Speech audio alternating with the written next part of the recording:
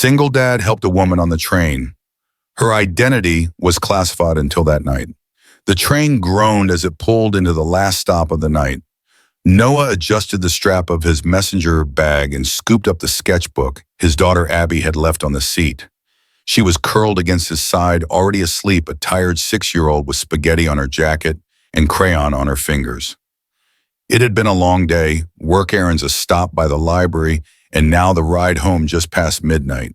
He rubbed his tired eyes and gently shifted Abby, careful not to wake her. That's when he saw her, a woman in the far end of the train car sitting stiffly, alone, no luggage, no phone, just stillness. Her coat was damp at the edges like she'd been walking through rain. Her eyes scanned the car, once briefly meeting his, then dropping. Something wasn't right. As the doors whooshed open, the woman didn't move. The rest of the passengers trickled off, but she remained. Lost, maybe, or unsure. Noah hesitated, then turned to her. "You okay?" he asked gently. She blinked. I think I missed my stop." He glanced at the empty platform. "This is the end of the line." Her voice was flat. "Of course it is." Still unsure why he offered a hand. "Come on, there's a bench. You don't want to be alone out here?" She hesitated, then stood. Noah balanced Abby on one side and walked beside the stranger. The woman didn't speak again until they sat beneath the dull glow of the platform lights. "Why did you help me?" she asked suddenly. Noah shrugged. "Because you looked like you needed it." The silence between them wasn't awkward. Just waiting, holding its breath. "I'm Noah," he finally said. The woman hesitated, then replied, "Maya," but that wasn't the name she gave the world. And in the shadows of the train yard, something had just shifted. The only open cafe near the station was a 24-hour diner with flickering neon lights and a counter that smelled of burnt toast and bleach. It wasn't fancy, but it was warm and safe. Noah pushed open the door with his shoulder, careful not to jostle Abby, still asleep in his arms. The woman Maya, as she told him, followed quietly, her eyes darting around like every booth might hold a ghost. They sat near the window. Noah slid into the booth first, laying Abby across the seat beside him. She murmured in her sleep and curled toward him instinctively. Maya sat across from them, stiff and silent. A waitress ambled over with a tired smile. "Coffee, yes, please," Noah said, then looked at Maya. She nodded once. 2 steaming cups arrived moments later, along with a bowl of sugar packets in tiny creamer pods. Noah stirred his quietly, watching the woman over the rim of his mug. She hadn't taken her coat off. Her eyes scanned the street outside, not like she was waiting, but like she was watching. For something or someone. "You sure you're okay?" he asked. She blinked slowly, eyes falling back to the table. "Yes, I had to leave somewhere quickly." He didn't push. She took a sip of coffee, flinched slightly. It was too hot, and then added sugar mechanically as if she'd done it 1,000 times before. Her hands were steady, but something in her shoulder said otherwise. "I'm sorry I dragged you into this," she said suddenly. "You didn't," he said gently. "You just look like someone who needed a seat and a minute to breathe." She gave a tight smile. "And you gave it, just like that. Guess I'm a sucker for people who look like they've had a long day." He gestured to his daughter. "And I've been there, the getting lost part." Maya's eyes softened as she looked at the sleeping child. "She's beautiful." "Thanks. Her name's Abby. She likes unicorns, hates peas, and thinks every dog is her best friend." Maya almost smiled. "And her mom?" Noah paused for a beat. "Gone. Cancer. 3 years ago." "I'm sorry," she said quietly. He nodded. "So am I. But I try. For her." She looked down at her cup again. "That's more than most." Noah leaned back. "So what about you?" "Where were you heading?" She hesitated. "Nowhere in particular. I just needed to leave." A strange quiet settled again. Not uncomfortable, but dense, like there was more she couldn't say. He tried again, lighter this time. "Well, Maya, any last name?" She looked up sharp, then caught herself. No, she said with a small smile. Not tonight. Noah didn't ask again. Instead, they sat in silence, sipping coffee, while the hum of the diner filled the space between them. Two strangers, one asleep child. And something invisible that lingered in the booth like the first thread of a connection neither of them expected, and both were too tired to define. When the bill came, Noah paid without thinking. When they walked out into the night, Maya turned to him. "Thank you," she said. "You sure you'll be okay?" She nodded once. "I always am." But something in her voice betrayed that. And as she disappeared down the block, her coat flapping in the wind, Noah had the oddest feeling. He might never see her again, but he was wrong. The next morning, Abby was unusually quiet as she munched her cereal. The sun filtered softly through the kitchen window, warming the faded linoleum tiles. Noah moved around the small kitchen in a worn t-shirt, pouring coffee and packing snacks for the day. "Daddy," Abby said suddenly, "can I draw something?" "Of course, kiddo." He smiled, pulling the worn box of crayons and a notepad from the drawer where they lived. "Art time before preschool." She nodded seriously, hopping off her chair and spreading out the paper on the table. Noah didn't ask right away. He'd learned not to interrupt her when the crayons came out. Abby drew like she dreamed in bold color and sweeping imagination. But this time there was no rainbow unicorn or family picnic, no imaginary castles. This time she drew a woman, a tall figure in a long coat, brown hair, serious eyes, and next to her a small stick figure holding her hand. Abby had even drawn the coffee cup in the woman's other hand-brown scribble with steam lines above it. Noah pause struck. "Who's that?" he asked gently. Abby looked up at him and smiled. "The lady from the train. She was nice. She didn't say much, but she held my hand. She was kind of sad, too." Noah's breath caught slightly. "She held your hand." Abby nodded. "When we sat in the booth, remember? You were talking to the lady and I was sleepy, but she had soft hands, like Mommy used to." He blinked. That part he hadn't noticed. Abby held up the picture. "I want to give it to her next time." Noah crouched beside her. "Sweetheart, I don't think we'll see her again." Abby frowned. "But nice people come back, don't they?" Noah didn't answer right away. He looked down at the drawing again, simple, childlike, but hauntingly accurate. The soft curve of the woman's jaw, the careful lines that somehow caught her stillness, the gentle way Abby remembered her even after such a short time. She looked like someone who needed a picture, Abby added matter-of-factly, to feel better. Noah nodded slowly, kissed the top of her head, and helped her fold the paper carefully. Abby tucked it into her backpack between her lunchbox and a glitter sticker sheet. Noah didn't say anything more, but as he watched his daughter skip down the sidewalk toward preschool, he realized something unsettling. He wanted to see the woman again, too. By the time Noah got off work and picked up Abby, the sky was already shifting from soft blue to a bruised shade of dusk. He scanned the platform instinctively, eyes searching the crowd for a familiar figure. Nothing. No long coat, no brown eyes, no quiet presence. They waited for the evening train again, just in case. Abby clutched her folded drawing, hopeful. But the woman didn't come. "She's not here," Abby whispered, frowning. "I see that," Noah murmured. The next day was the same, and the next. For 3 days in a row, the woman was gone. Noah even asked around the conductor, a familiar platform attendant, the guy who sold newspapers by the vending machine. But no one remembered her. No ticket under that name. He asked the agent at the window. The man checked the log. What name? Noah paused. That was the thing she'd never given one. Just "thank you," and that was kind. No last name, no hint of where she was going. Gone. On the 4th morning, Abby didn't bring the drawing. She just stared out the train window, her little hands pressed to the glass. "Do you think she's okay?" she asked softly. Noah gave a careful answer. "Yeah, I think she's the kind of person who knows how to disappear when she needs to, but I think she remembers us." Abby didn't speak for a moment. Then she nodded. "She remembered the coffee," she said. "I hope she remembers me too."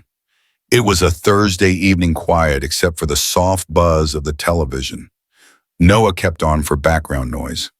Abby was drawing again another picture of the train station this time, with clouds shaped like hearts and stick figure versions of herself, Noah, and the lady on the bench. Noah sipped his tea absently, half listening to the local news anchor drone on about a government briefing, something about heightened security in a successful operation. He was just about to change the channel when the image appeared. It was only for a moment. A blurred, grainy shot, then a clearer still frame. Her face, the woman from the train, her eyes, same soft brown, same shadow of sadness behind them filled the screen framed by a sharp black coat and dim airport lighting. But beneath her photo in stark white lettering, the caption read, "Classified asset, recovered intel extraction. Successful." Noah sat forward, nearly spilling his mug. The anchor continued, "The unnamed asset, believed to be linked to international cyber intelligence, was quietly retrieved earlier this week and is currently under protective debrief. Details remain classified." Then her image disappeared. No name, no explanation, just gone again. Abby looked up from her coloring. "Daddy," she asked, sensing his stillness. Noah didn't answer at first. He just stared at the blank screen where seconds ago the woman they'd shared coffee with had looked out as if remembering something she couldn't speak aloud. "She was real," he whispered finally. Abby tilted her head. "I told you she was nice." He nodded slowly. "Yeah, kiddo. She was. She really was. But now she was someone else too. Someone the world wasn't allowed to know." The knock came 2 days later. Not loud, not aggressive, but firm, the kind that didn't belong to neighbors or mail carriers. Noah opened the door cautiously, Abby standing just behind him in her pajamas, rubbing sleep from her eyes. 2 men in dark suits stood on the porch. One smiled politely, the other didn't bother. "Mr. Carter," the smiling one asked. "Yes, we're with a federal department. May we come in?" Noah hesitated. "What's this about?" "We have a few questions about an encounter you had on the train earlier this week. A woman, traveling alone." Noah's jaw tightened. He stepped outside, gently closing the door behind him to keep Abby inside. "I don't know her name," he said evenly. "That's okay," said the polite one. "We just want to know what she said to you." "Not much." "She spoke to your daughter. She complimented her drawing." Noah replied, voice low, "and thanked us for the coffee." There was a long pause. "She was in danger," the agent added. "You understand why we're asking." "I understand," Noah said. "But I'm not sure what else you think I can give you." They exchanged a look. The second man finally spoke. "You're sure she didn't leave anything behind?" "A phone, a note." "No." "Did she tell you where she was going?" "Did she mention a name?" "No." Noah looked the man directly in the eye. "No." Silence stretched. Then a card was handed over, black and white with a government seal. "If you remember anything," the polite one said, "call us." They left without another word. Noah stood still, watching the car disappear down the street. Inside, Abby sat cross-legged at the window watching him. "Was that about the lady?" He nodded. "Are we in trouble?" He knelt beside her, pulled her close. "No, sweetheart," he whispered. "We did the right thing." And for the first time since the station, Noah realized something. She hadn't just disappeared. She trusted them with her silence, and he planned to protect it. "Daddy, when will the lady come back?" Abby's question came again, this time over breakfast, as she carefully stirred strawberry jam into her oatmeal. Noah looked up from the coffee he hadn't touched. He tried to smile, but it came out tired. "I don't know, Bug, but she said thank you," Abby insisted. And she smiled. "I remember," he said, gently brushing a curl from her forehead. "That was a nice moment, huh?" Abby nodded. She liked my drawing. She had redrawn it 3 times since the woman vanished, refining it with each version. The lady always had the same soft eyes, the same scarf, a train window, a coffee cup, a flower that Abby imagined into her lapel, even though she hadn't worn one. Noah kept one of the sketches folded in his wallet. He didn't say it aloud, but he'd returned to the train station twice that week, sat on the same bench, bought 2 coffees, watched the same empty platform. But she never came. Each day, Abby asked less but looked more. Out windows, at strangers, at women in scarves. And though he tried not to show it, Noah looked too. It wasn't just curiosity anymore. It was something else, something harder to name. A sense that their story hadn't ended, just paused. Because sometimes a stranger doesn't feel like a stranger. Sometimes one smile stays longer than you expect. And sometimes the quietest moments leave the loudest echoes. It started with a flicker in the reflection. Noah was walking Abby home from school, her small hand warm in his when he noticed a man across the street leaning against a lamppost reading a newspaper that never turned a page. The next day, he saw the same man near the corner cafe. Black suit, sunglasses.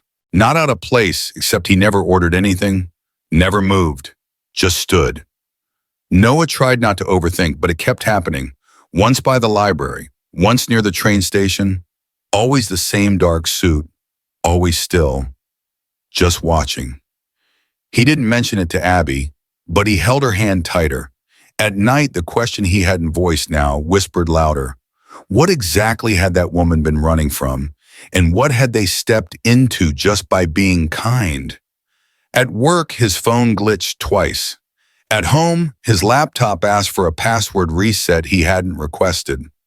One afternoon, while cleaning up Abby's crayons, Noah found her newest drawing. It was the lady again, but this time standing in front of a window with a man in a dark suit behind her. His breath caught. He looked out their apartment window. The street was quiet, too quiet. The package was small, plain brown wrapping, no return address. Noah found it in the mailbox on a Tuesday evening. Abby was already asleep, curled against a stuffed bear, with the woman's scarf still tucked under its arm. She called it Train Lady Bear now. He turned the package over in his hands a few times. Nothing but his name, Noah Turner, written in crisp, clean letters. No smudges, no stamps. Inside 2 things, a handwritten card, and a small black flip phone, burner style, charged. Noah sat at the kitchen table, heart thudding. He opened the card first. The writing was neat, familiar. Thank you. You changed the course of something I can't fully explain yet. Abby's drawing reminded me who I used to be, who I want to be again. This phone is for emergencies. It can't be traced. I hope you'll never need it, but I fear you might. Noah read it twice, then a third time. He touched the burner phone like it might burn him. It didn't ring, didn't light up, just sat silently on the table. He glanced toward Abby's room, the soft glow of her nightlight seeping under the door. Whatever this was, whoever she was, it wasn't over. And somehow he had become a thread in something far bigger than one quiet ride on a train. It rang at 2:13 a.m., a single buzz, no ringtone, just a cold vibrating pulse that jolted Noah awake from a dreamless sleep. He sat up, heart pounding, reaching for the small flip phone on the nightstand. Abby stirred in the next room, murmuring something in her sleep. He flipped the phone open, no caller ID, just a timer counting the seconds. He brought it to his ear. Hello. A pause. Then a whisper barely audible but unmistakable. You helped me. It was her. No name, no location, but that voice soft, composed, edged with something unspoken. It was her. I didn't do much. Noah said quietly, pulling the blanket tighter around his shoulders. You don't understand. You didn't just offer coffee or cover me. You made me visible when I needed to disappear. Another pause. The line hissed with a faint static. I owe you more than you know. Noah swallowed. Why are you calling? Because the people watching me might turn to watching you. They don't like variables. Kindness wasn't part of their plan. He glanced at the window. Nothing but shadows and silence. Are you in danger? He asked. Always, she said. But I'm not calling for me. Noah's chest tightened. If anything ever happens, if someone comes asking, don't tell them about the drawing, or the scarf, or the night on the train." "Okay," Noah whispered, "I won't." Another beat of silence. "Tell Abby I liked her picture." Click. The call ended. Noah stared at the phone in the dark, pulse-racing lungs tight. Whatever this was, it wasn't over. And somewhere out there, the woman they once shared Coco with was still running or fighting or both. But she had called, and she remembered. It was past midnight when the knock came. 3 short taps. A pause. Then 2 more. Noah froze. He hadn't told anyone where he lived. Not since the call. Not since the news labeled her a classified asset recovered. He opened the door slowly, heart in his throat. She was there, soaked from the rain, hair pulled under a hoodie, pale eyes sharp and shoulders trembling beneath a battered coat. "Can I come in?" she asked, her voice low but steady. Noah nodded, stepping aside. Abby's crayon drawings on the fridge looked surreal against the quiet tension now sitting in his small living room. She sat by the window scanning the street before finally pulling the hood down. "You're not supposed to see me," she whispered. "No one's supposed to," Noah replied gently, setting down a mug of hot tea. "But here you are." She took it, hands shaking slightly. "They moved me between 3 safe houses this week. My cover's blown. I couldn't sleep, not until I knew you and Abby were okay." Noah sat across from her, the old couch creaking beneath him. "Why us?" She looked at him, really looked at him. "Because most people walk past. You didn't. You saw someone who needed help, not someone who could ruin your life." Silence. "And because I miss being seen." The words lingered in the room like smoke. Noah hesitated, then reached behind the shelf. He handed her a folded piece of paper, Abby's second drawing, the one she made the day after the woman vanished. A tall woman with kind eyes holding a cup, standing next to a smiling little girl in pigtails. She traced the lines with her fingertip. "Tell her I kept it," she said, "even if I have to disappear again." He nodded. "What's your name?" he asked. She paused, then softly, so soft he almost didn't hear it. "Call me May." And with that, she stood. Noah didn't try to stop her, didn't ask for more. But when the door closed behind her, something in the room remained. Not fear, not mystery, hope. It wasn't the next night, or the one after. It was a full week before Noah saw her again. She didn't knock this time, just appeared quietly on the park bench across from the playground, where Abby spun in circles under the fading afternoon sun. Noah approached slowly, carrying a second cup of coffee. No words passed between them for a long while. Finally, she said, "I hate lying to children." He sat beside her. "Then don't." She turned her eyes softer than he remembered. "Tired, yes, but softer." "My name isn't May." Noah didn't flinch. "It's Maya. Maya Lynn." She watched him carefully, bracing for something. "I used to be an intelligence analyst. Quiet work. Long days, no face, just patterns. But I started asking questions I wasn't supposed to. Not about enemies, about us." She laughed bitter and low. "Turns out truth is dangerous." He let that hang there. Abby shouted from the swings. Maya smiled, really smiled for the first time in days. "They used me, Noah. Built stories around me. Moved me like a ghost. Until I realized they'd erase me." He leaned forward, elbows on his knees. "And now," she looked at him, "now I don't want to disappear. Not completely. Not from people like you. Or her." They watched Abby run wind in her hair, her arms stretched wide like wings. "I keep thinking," Maya said, her voice barely above a whisper, "if someone had just stopped and offered me a cup of coffee 5 years ago, maybe I never would have joined them." Noah turned to her, steady and quiet. "Then maybe now's your second chance." She nodded once. "I'm tired of running." He stood holding out his hand. "Then let's walk." And for the first time in what felt like forever, she took it.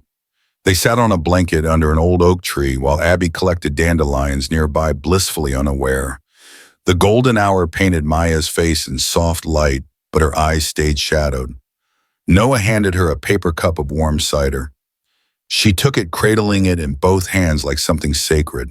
I was part of a unit that reviewed cross-border intel. Drone surveillance tapes intercepted calls.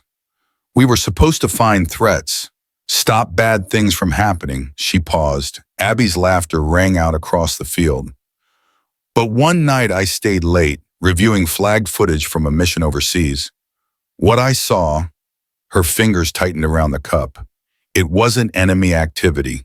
It was our own men, civilians, wrong place, wrong time. It was covered up, scrubbed, renamed buried. Noah's breath caught. And you spoke up. She nodded. I filed a report, a real one, not the sanitized version they asked for. I thought someone would investigate. Instead, 2 weeks later, my key card was revoked. My apartment was searched, my bank accounts frozen, and a colleague warned me quietly to disappear. Maya looked down. So I did. She set the cup aside, her voice smaller now. But I kept one copy, one drive, hidden, and they know it. Noah sat back, processing the weight of it all. That's why you're still being followed. Maya didn't answer, but the silence confirmed it. I'm tired of being afraid, she said, finally, but I couldn't live with myself if I erased the truth. Abby came running up with her bouquet of dandelions. These are for you, she beamed, offering them to Maya. Maya took the yellow fluff with a trembling hand, blinking fast. They're beautiful. Noah met her eyes. So are people who stand up for what's right. Maya smiled, faint, fragile, but real. And for a moment, truth didn't feel like a burden. It felt like a reason to keep going. That night, after Abby had gone to bed, Noah stood in the narrow kitchen, staring out the window. His fingers wrapped around a lukewarm cup of coffee. Maya sat at the small table, her hoodie pulled tight around her face, watching him with quiet understanding. You haven't said much, she finally said. He turned slightly. I'm thinking about what he didn't answer right away. Then about what happens if someone knocks on my door with a bang and a reason. Maya looked down. I wouldn't blame you if you wanted me gone. Noah shook his head slowly. That's not it. He leaned back against the counter. I believe you, Maya, every word. But I also have a little girl sleeping in the next room. She's all I have left. She nodded. And you're afraid it'll bring danger to your doorstep. I'm afraid it's already here. There was a long silence, the kind that stretches between two people caught in something too big for either of them. Maya reached into her coat pocket and pulled out a folded sheet of paper. If things go wrong, this is where the backup drive is hidden. Noah didn't move. I'm trusting you with this because I trust you, but I'll go if you say the word. Noah didn't take the paper. Instead, he walked over, sat down across from her, and met her eyes. You don't run anymore. Not alone. Not from me. Maya exhaled something soft, broken, and hopeful. He added quietly, but if anyone threatens Abby, it'll burn the world down. She managed a tiny smile. Good. That's why I came back. Upstairs, a floorboard creaked, Abby shifting in her sleep. Noah glanced up and whispered, I just want to keep her safe. Maya nodded. So do I. And in that fragile pause between coffee and fear, trust, and tension, two people decided to face whatever came together. It was supposed to be a normal afternoon. Noah had taken Abby to the small park near their apartment, the one with the duck pond and the creaky swing she loved. Maya had come along, keeping her distance, but never letting them out of her sight. Abby was giggling on the slide. The sky was soft and blue, and for a moment it felt like the world had given them a break. Then Noah saw him, a man in a gray jacket, just standing near the bench across the playground. Sunglasses despite the fading light. No child, no book, just watching. Noah's instincts kicked in. He stood subtle but alert. That's when the man moved fast, straight toward the slide. Abby had just climbed to the top when the man reached for her. No, Noah shouted, bolting forward, but someone else moved faster. Maya. She was already there. In one motion, she yanked the man's arm away, twisting his wrist behind his back and slamming him against the metal frame of the jungle gym. Abby screamed, dropping to her knees at the top of the slide. "Don't move," Maya hissed in the man's ear. The man struggled, grunted. Then Maya found something in his pocket, a small device. GPS tracker. She crushed it beneath her boot without blinking. "Abby, come to me!" Noah yelled, arms outstretched. Abby scrambled down the slide and into his arms, crying but safe. Maya let the man drop. He staggered to his feet and fled before they could stop him, disappearing into the trees that bordered the park. Noah was already dialing 911.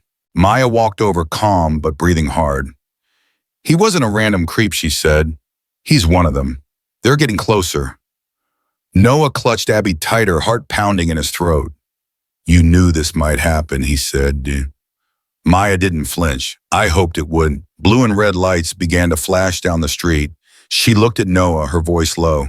"You need to decide right now if you want me gone before they knock on your door." Noah didn't hesitate. "You're not going anywhere." Maya blinked.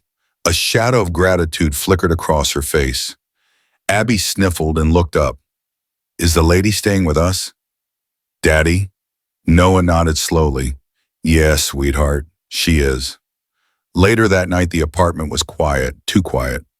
Abby had finally fallen asleep, curled against Noah's side, a picture book still resting on her chest.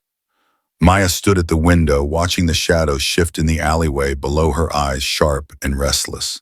They had filed a vague report about the man at the park, but they both knew it wouldn't be enough. Whoever was after her, after them, now didn't leave a paper trail.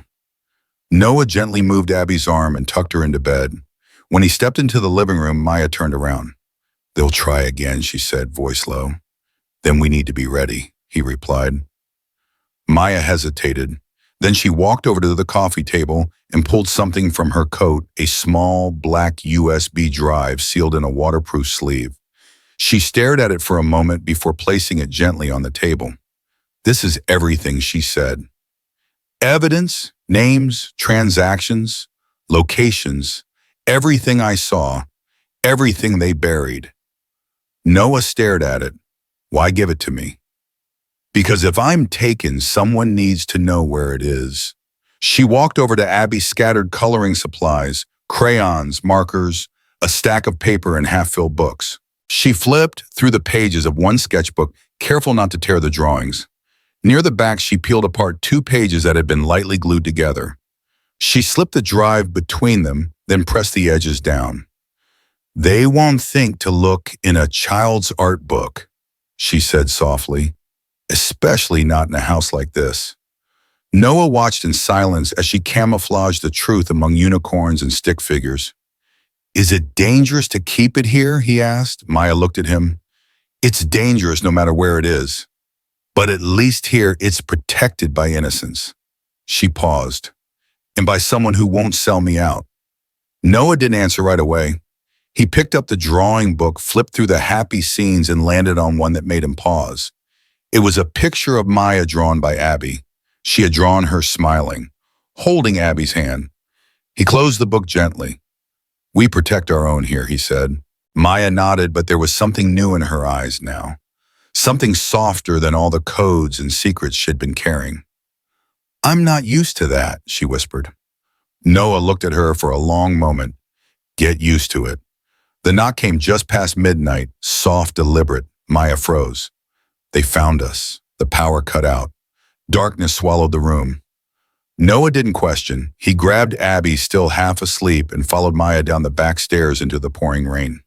They ran through alleys and into the rail yard, hearts pounding, soaked to the bone. Behind them, voices echoed. Flashlights searched. A black SUV cruised slowly, hunting. At one point, they ducked behind a rusted freight car. Abby trembled in Noah's arms but didn't cry. Maya whispered, "Almost there." They reached the safe house, an unmarked door behind an old bookstore. Safe. For now. Inside, Maya helped tuck Abby in with dry blankets. She turned to Noah.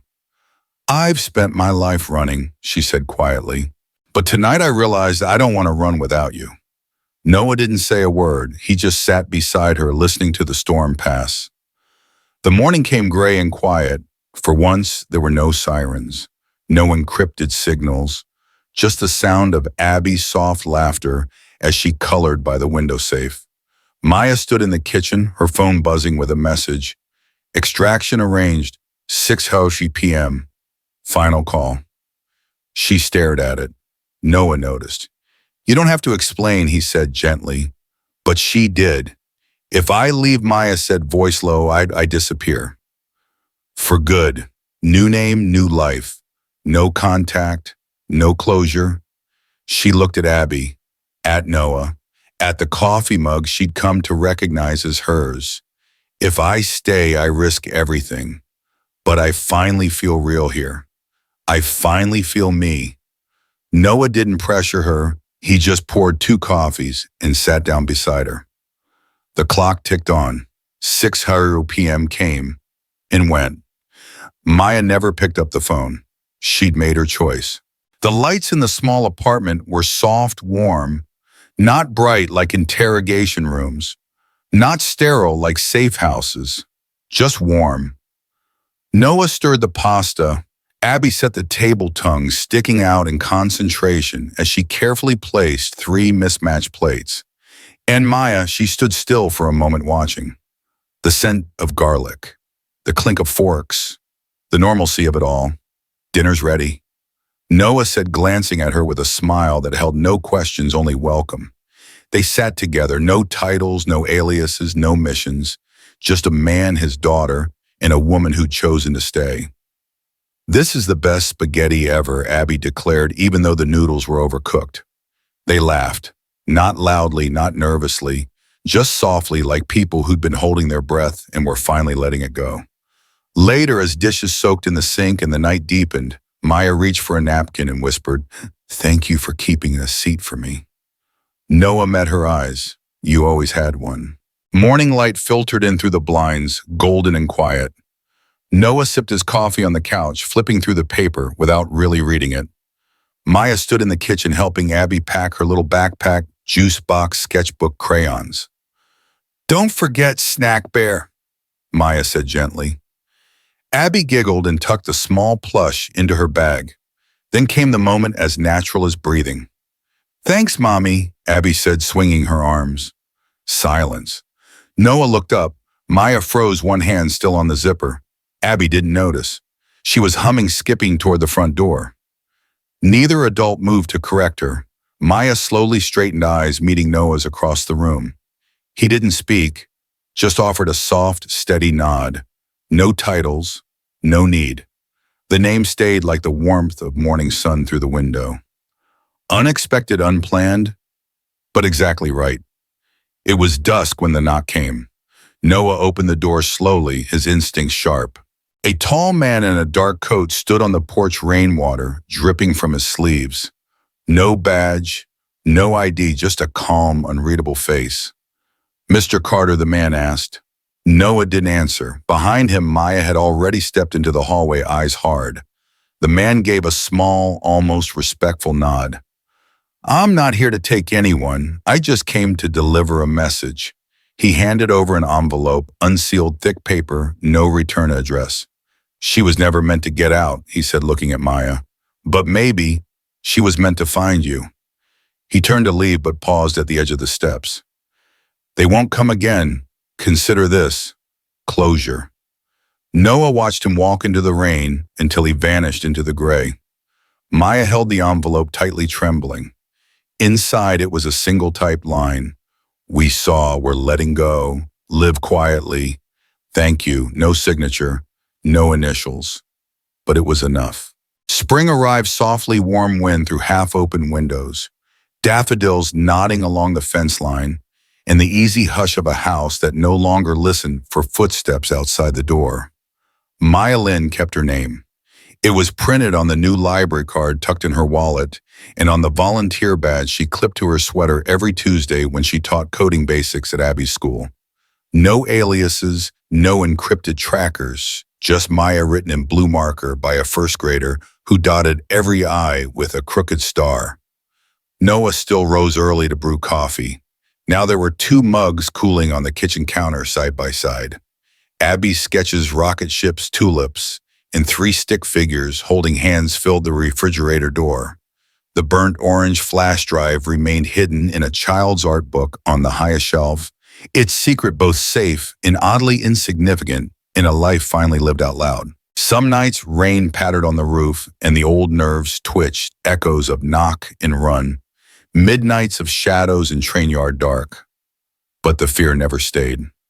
Not with Abby's laughter tumbling down the hall, or Noah's steady hand closing around Maya's under the table.